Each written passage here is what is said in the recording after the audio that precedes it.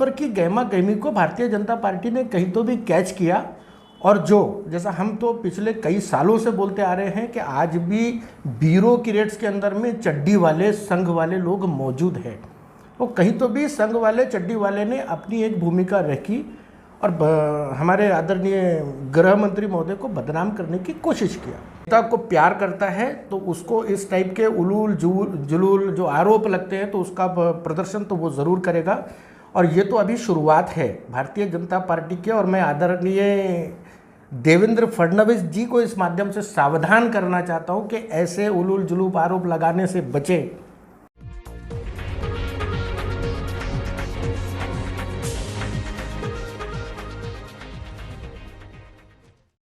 नमस्कार, आदाब। आप देख रहे हैं इंडिया फैक्ट न्यूज़ में नावेद आज़मी।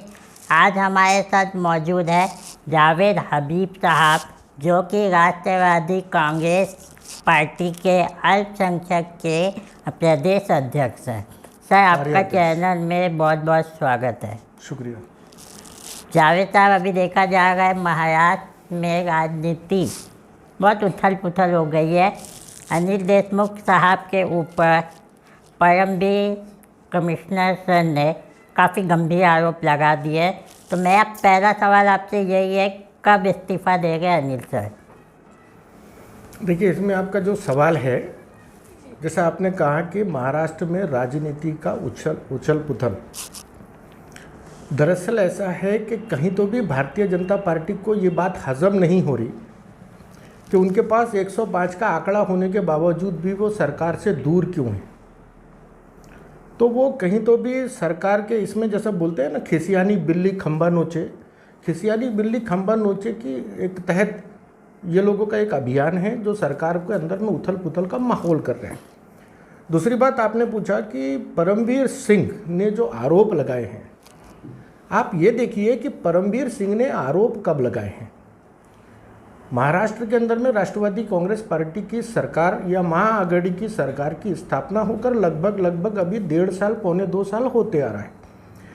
1.5 साल तक एक अधिकारी खामोश बैठे रहता है और कहीं तो भी भारतीय जनता पार्टी को फ़ायदा पहुंचाने के लिए एक वक्त जब महाराष्ट्र की सरकार, महाराष्ट्र के गृह मंत्री ने उनके ऊपर में शक व्याप्त किया और उसके बाद जब उनका इस्तीफ़ा लिया, वो इस्तीफ़ा यानी इस्तीफ़ा बोलेंगे उसको, इस्तीफ़ा तो नहीं लिया उन्होंने, उनका वहाँ से ट्रांसफ़र करा। उस ट्रांसफ़र की गहमा गहमी को भारतीय जनता पार्टी ने कहीं तो भी कैच किया। और जो जैसा हम तो पिछले कई सालों से बोलते आ रहे हैं कि आज भी ब्यूरोक्रेट्स के अंदर में चड्डी वाले संघ वाले लोग मौजूद हैं, वो कहीं तो भी संघ वाले चड्डी वाले ने अपनी एक भूमिका रखी और हमारे आदरणीय गृह मंत्री महोदय को बदनाम करने की कोशिश किया। अगर से उनसे इस टाइप का सवाल अगर गृह मंत्री जी ने किया था, तो जिस वक्त वो मुंबई के कमिश्नर थे, जब उनसे सवाल किया था, वो अगर से इतना अपने आप को क्या बोलना चाहिए, एक सिद्धांतवादी आदमी समझते हैं, तो जिस दिन आपसे सवाल किया था आपने शाम को प्रेस लेकर बोलना चाहिए। इसके लिए हमारे पास मिसाल है, जब इस देश के अंदर में भारतीय जनता पार्टी और मोदी सरकार से लोग परेशान हुए थे तो उन्होंने यानी सुप्रीम कोर्ट के जजेस इमीडिएट प्रेस कॉन्फ्रेंस लिया था। यह देश के इतिहास में पहला मौका था। तो परमवीर सिंह जी अगर दूध के धुले होते या उनका ये आरोप अगर झूठा नहीं होता तो जिस दिन ये बात निकली थी उसी दिन उसका जवाब देते। एक मिनट की अपन मान लेते हैं कि परमवीर सिंह सर जो है वो दूध के धुले नहीं थे, वो अभी ट्रांसफर होने पे सारी बातें खोल रहे, फिर भी अनिल देशमुख सर के ऊपर अभी आरोप तो है ना 100 करोड़ रुपए वसूली का। देखिए, और मैं आपके 100 करोड़ स्टूडियो में बैठा हूँ, कम पैसे तो मैं आपके स्टूडियो में बैठा हूँ, कल मेरे नाम से कोई आरोप लगा दे बाहर तो मैं किन किन का जवाब देते जाऊँ। आरोप के अंदर में कोई तथ्य हो तो कोई बात हो ना। आज एक आरोप में तथ्य क्या आ रहा है सामने कि परमवीर सिंह जी किसी एसीपी पाटिल से वीडियो यानी व्हाट्सएप चैट कर रहे हैं। आप और मैं भी एक दूसरे के साथ में चैट कर सकते हैं कि मेरे को शरद पवार ने ऐसा बोला, आप बोलो मुझे मोदी ने ऐसा बोला, तो इन पे कुछ सच्चाई है। जिस आदमी पे आप आरोप लगा रहे हो उस आरोप के अंदर में आपको एक तो भी ऐसा कोई गुमान है कि भैया उन्होंने यहाँ बैठे थे और उन्होंने मुझे फ़ोन किया या मैंने वो फ़ोन टैप किया या मैंने व्हाट्सएप है उसका व्हाट्सएप है गृह मंत्री का, एक भी ऐसा बताइए आप। बिल्कुल नहीं है। तो ये तो रही बात आपके तथ्य की कि ये कोई भी ऐसा चैट कर सकता है, लेकिन अब जैसे कि आपकी पार्टी के ऊपर इतना बड़ा आरोप लगा है तो अब आपकी पार्टी क्या कर रही है? देखिए, हमारी पार्टी उलूल जुलूल सवालों के जवाब देने के मूड में बिल्कुल भी नहीं है। हमारे आदरणीय नेता शरद चंद्र जी पवार ने सेकेंड डे प्रेस कॉन्फ्रेंस लेकर ये बात को क्लियर कहा है कि जिन बातों में कोई सच्चाई नहीं, जिन बातों में कोई सच्चाई नहीं, उसका मिसाल सुप्रीम कोर्ट भी बोल रहा है। सुप्रीम कोर्ट कहता है कि आप, परमबीर सिंह तो पहले तो सुप्रीम कोर्ट गए थे ना, सुप्रीम कोर्ट जाने के बाद भी जब वो बोलते हैं, अब परमबीर सिंह के लेटर को आप देख लीजिए, उसके अंदर में कितना आरएसएस और भारतीय जनता पार्टी वालों ने वर्क किया होगा उसको लिखने में। एक आईएएस अधिकारी का लैंग्वेज उस लेटर पे नहीं नजर आता। ये तो इंटेलेक्चुअल्स को समझता है ना। तो यानी आप इनडायरेक्टली ये कहना चाहते हैं कि जो परमबीर सिंह जो कर रहे हैं केवल बीजेपी की कठपुतली बन के कर रहे हैं, उसमें उनका कोई योगदान नहीं है? बिल्कुल बोलेंगे हम, क्योंकि आज मुझे एक चीज बताइए, इस महाराष्ट्र प्रदेश से गृह मंत्री का इस्तीफा देना, सरकार को तकलीफ में लाना, इन सब चीजों से फायदा किसको मिलता है? तो कहीं तो भी परमबीर सिंह को कछुआ बना के मछली पकड़ने का काम भारतीय जनता पार्टी कर रही है।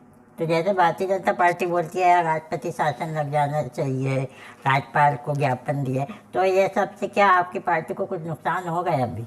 बिल्कुल भी नहीं होगा। भारतीय जनता पार्टी तो बिल्कुल चाहती है कि राष्ट्रपति शासन लगना चाहिए, क्योंकि आज की डेट में महाराष्ट्र प्रदेश का राज्यपाल का जो निवास स्थान है वो कहीं तो भी भारतीय जनता पार्टी का अखाड़ा बन चुका है। राजनीतिक अखाड़ा ऐसे ब्यूरोक्रेट्स ऑफिस के अंदर में ऐसा नहीं बनना चाहिए जो बनते हुए दिख रहा है, जो शर्म की बात है। आज एक कहावत आपने बहुत पुरानी सुनी होगी कि तरबूज छुरी पे गिरे या छुरी तरबूज पे गिरे। अब तरबूज कौन है वो आपका ढूंढने का काम है। आज की डेट में हम ये जानते हैं, हमने बचपने से ये चीज़ सुना है, छुरी तरबूज पे गिरे या तरबूज छुरी पे गिरे, कटना तरबूज को है। और महाराष्ट्र के अंदर में तरबूज कटेगा, ये हमको बोलने की जरूरत नहीं पड़ेगी। सर अभी हमने देखा बीच में 4-5 दिन पहले, 2-3 दिन पहले आपने देवेंद्र फडणवीस के बंगले को भी घेरी आपकी युवा पार्टी ने, राष्ट्रवादी कांग्रेस की जो युवा मोर्चा है उन्होंने। तो ये करने का क्या मकसद था? क्या ये काउंटर अटैक था? देखिए, केवल नागपुर शहर में नहीं, पूरे महाराष्ट्र के अंदर में आदरणीय गृह मंत्री के फेवर में लोगों ने प्रदर्शन किया। एक कार्यकर्ता जब अपने नेता को प्यार करता है तो उसको इस टाइप के उलूल जुलूल जो आरोप लगते हैं तो उसका प्रदर्शन तो वो जरूर करेगा। और ये तो अभी शुरुआत है भारतीय जनता पार्टी के। और मैं आदरणीय देवेंद्र फडणवीस जी को इस माध्यम से सावधान करना चाहता हूं कि ऐसे उलूल जुलूल आरोप लगाने से बचें, क्योंकि अब राष्ट्रवादी कांग्रेस पार्टी का हर कार्यकर्ता, इवन कांग्रेस का, इवन महाआघाड़ी का, शिवसेना का हर कार्यकर्ता आपकी इस गीदड़ भपकियों से भली भांति वाकिफ हो चुका है। और कहीं तो भी इसका रिएक्शन आपको आगे आके झेलना पड़ेगा, ऐसे मुझे लगता है। तो आपने कम से कम अपने आप को अभी कंट्रोल कर लेना चाहिए कि ये जो फालतू के आरोप, एलिगेशंस लगाने का काम है, इसको कहीं तो भी विराम देना चाहिए। जिस दिन आपकी पार्टी ने उनके बंगले का घेराव किया था, उसी दिन देवेंद्र फडणवीस ने अपना एक और नया आरोप ठोक दिया कि इन्होंने ट्रांसफर कराने के लिए भी लेन देन किया है। उस पर आपको क्या कहना है? देखिए, मैं कहता हूं कि अगर आप आरोप लगाते हैं तो उसके पहले आपने उसका कोई पुख्ता सबूत लेना चाहिए। आज आप पहले 100 कोटी की बात किए, फिर ट्रांसफ़र की बात किए, परसों के दिन बोलोगे पुलिस की वर्दी खरीद लिए थे, उसमें कुछ कर लिए थे, उसके बाद कुछ बोलोगे कि आपने पुलिस के बेल्ट खरीदे थे, उसमें कुछ कर लिए। तो मेरा कहना यह है कि जब तक आपके पास में आरोप का कोई भी पुख्ता सबूत ना हो, वैसी बातें नहीं करना चाहिए। आज इस महाराष्ट्र की जनता को गुमराह करने का काम देवेंद्र फडणवीस जी कर रहे हैं। तो क्या लगता है ये मामला कोर्ट में जाएगा और लंबा खींचेगा? कोर्ट में तो गया है, तो परमबीर सिंह जी कोर्ट में गए हैं। इस देश का सबसे बड़ा उच्च न्यायालय जिसको अपन कहते हैं, वहां पे परमजीत सिंह को उल्टे पैर उस सुप्रीम कोर्ट ने वापस भेजा है। अब वो गए हैं, लेकिन अगर से उनके पास में कुछ आरोप के अंदर में कुछ तथ्य होते तो अभी तक वो चीजें क्लियर हो जाती। सर ये बात तो हो गई यहाँ की राजनीति की और अनिल देशमुख साहब जो यहाँ के गृह मंत्री हैं उनके बारे में, पर हमारे दर्शक कुछ आपके बारे में भी जानना चाहेंगे। आपका सफ़र राजनीति का कैसे रहा और किस प्रकार आप यहाँ तक के मुकाम में पहुँचे? देखिए, मैं स्टूडेंट था, तब से स्टूडेंट पॉलिटिक्स में इन्वॉल्व हुआ। और स्टूडेंट पॉलिटिक्स से स्टार्ट करते करते फिर मैंने राजनीतिक पार्टी की तरफ रुख किया। जिस वक्त मैं अपनी मैच्योरिटी पे था, यानी मुझ में समझ सूझबूझ आ गई, उस वक्त राष्ट्रवादी कांग्रेस पार्टी की स्थापना हुई और स्थापना से लेकर अब तक मैं राष्ट्रवादी कांग्रेस पार्टी में हूँ और मुझे हर वक्त पे मेरी मैच्योरिटी के हिसाब से मुझे पार्टी ने कई पदों से नवाजा है। तो मैं इसलिए हमारे राष्ट्रवादी कांग्रेस पार्टी का शुक्रिया अदा करता हूँ कि आज मुझे महाराष्ट्र प्रदेश का कार्य अध्यक्ष पद मुझे इस लायक समझा और मुझे वो पद से नवाजा। और आप जैसे कई जो नेता है जो पॉलिटिक्स ज्वाइन कर गए, उनको आप क्या कहना चाहेंगे कि किस प्रकार से आगे बढ़ना चाहिए? देखिए, किस प्रकार से आगे बढ़ना चाहिए, पॉलिटिक्स के अंदर में 2-3 चीज़ें होती है जी। सबके अपने अपने शौक और शौक होते हैं जी। किसी को लगता है कि मैंने चुनाव लड़ लेना चाहिए, मैं कारपोरेटर बनने जाना चाहिए, मैं आमदार बनना चाहिए, लेकिन मेरा अपना मानना यह है कि आदमी सबसे पहले अपने आप में अपना मंथन करे जी। अपनी काबिलियतों के हिसाब से। जैसे आपने 3 इडियट पिक्चर देखा होगा, बिल्कुल। अगर उसके अंदर में क्वालिटी है कि उसको एक 3 इडियट पिक्चर के अंदर में जो आमिर खान के दोस्त होते हैं उनको फोटोग्राफी का शौक होता है और वो इंजीनियर बनने निकल जाते हैं। तो मेरा कहने का मतलब है कि जो आदमी जिस फील्ड में महारत रखता है, उसको अपने ऊपर में कॉन्फिडेंस आए, वो उस फील्ड में चले जाए। जैसे मैं जब से राजनीति में कदम रखा, मैंने कभी भी चुनाव लड़ने के बारे में नहीं सोचा, क्योंकि मुझे पता है कि मैं चुनाव नहीं लड़ सकता। तो मैंने अपना एक पर्टिकुलर मेरा जो साइड था, मैंने उसको चूज किया। मैं चाहता हूं कि जैसे हम राजनीति के अंदर में आ रहे हैं और देख रहे हैं कि हमारे कौम की हालात बद से बदतर होती जा रही है, जिसकी मिसाल सच्चर समिति की रिपोर्ट देती है। हम सच्चर समिति की रिपोर्ट पढ़ने के बाद में हम अपने कौम के उत्थान के लिए क्या कर सकते हैं, तो हमें ऐसा लगा कि हमने माइनॉरिटी में काम करना चाहिए। मैं आज महाराष्ट्र प्रदेश का कार्य अध्यक्ष जरूर हूं, लेकिन कार्य अध्यक्ष बनने से पहले मैं पेरेंट बॉडी का वर्किंग प्रेसिडेंट नागपुर शहर भी था। लेकिन मेरी एक अपनी इंटरेस्ट वाली फील्ड जो थी वो माइनॉरिटी की थी। मैंने वो माइनॉरिटी की फील्ड चुना और अल्हम्दुलिल्लाह अल्लाह का शुक्र है कि मुझे मेरी पार्टी के नेताओं ने उस लायक समझा और आज पूरे प्रदेश के माइनॉरिटी का कमान हमारे हाथ में दिया। इसके लिए मैं पार्टी का शुक्रिया अदा करता हूँ। और जाते जाते हमारे दर्शकों को आप क्या कहना चाहेंगे राजनीति से रिलेटेड, अभी ये जो हो गई है उथल पुथल, उससे रिलेटेड? नहीं, देखिए, अब ऐसा है कि आज की डेट में अल्हम्दुलिल्लाह हर हाथ में एंड्रॉयड फ़ोन है जी। 1 मिनट में किसी भी चीज़ की, जैसे हम भिंडी खाते हैं, गोश्त खाते हैं, तो गोश्त में प्रोटीन कितना होता है, इसके फायदे कितने हैं, इसके नुकसान कितने हैं, वो 2 बटन दबाने से हमको मिल जाता है जी। ऐसे ही राजनीतिक सूझबूझ आप रखिए। किसने क्या बोला, कौवे ने कान लेके गया, इसके पीछे दौड़ने से बेहतर है कि उसकी सच्चाई और उसकी गहराई तक जाए और समझे।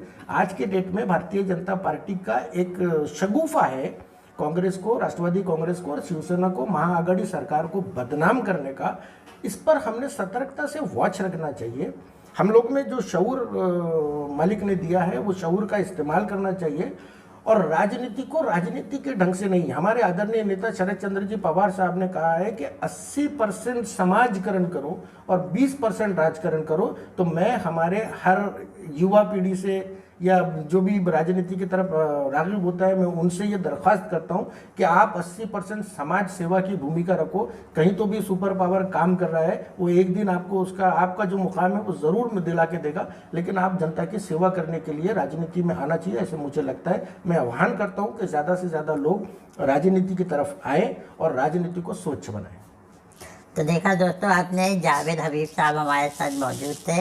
उन्होंने बहुत ही अच्छे तरीके से जवाब दिया और अपने सफ़र को बताया। उम्मीद करते हैं आपसे मिलके आप लोगों को अच्छा लगा होगा। इसी के साथ हमें दीजिए इजाज़त। शुक्रिया। हमारा चैनल सब्सक्राइब करें और बेल बटन दबाना ना भूलें।